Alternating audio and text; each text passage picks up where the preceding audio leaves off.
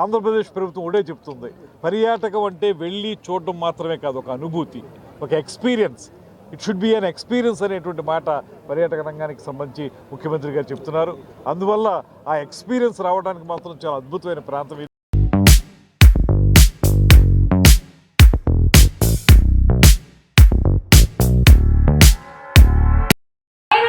చరిత్ర ఉంది.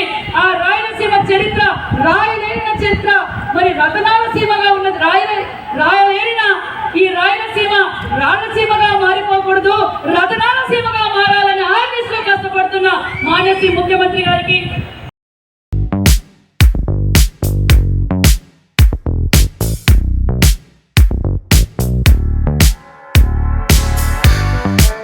కట్టిన కోటకు ఎంత ఖర్చు అయ్యేదో ఒకసారి ఆలోచించండి. దాన్ని దృష్టిలో పెట్టుకొని గౌరవంగా మోడీ గారు, గౌరవ ముఖ్యమంత్రి గారు ఈ యొక్క గడ్డికోటకు గతంలో కంటే భిన్నంగా 5 ఏళ్ల పాలనలో ₹1 కూడా దీనికి శాంక్షన్ లేదు. ఈ ప్రభుత్వం వచ్చినాక, ఈ కూటమి ప్రభుత్వం వచ్చినాక 78 కోట్ల రూపాయలు. దానికి తోడు పంచాయతీరాజ్ కింద, గ్రామీణ ఉపాధి కింద, R&D డిపార్ట్మెంట్ కింద, అదే కాకుండా ఆంధ్రప్రదేశ్ డిపార్ట్మెంట్ కింద మనకి ఇక్కడ ఒక సబ్ స్టేషన్ కూడా రాబోతుంది.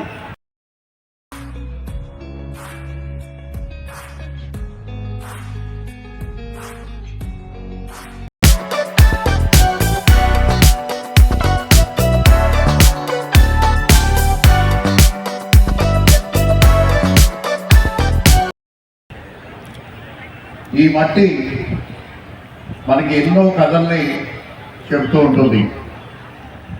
అలాగే ఈ చరిత్ర మనకు ఎన్నో విశేషాలను గుర్తు చేస్తుంది.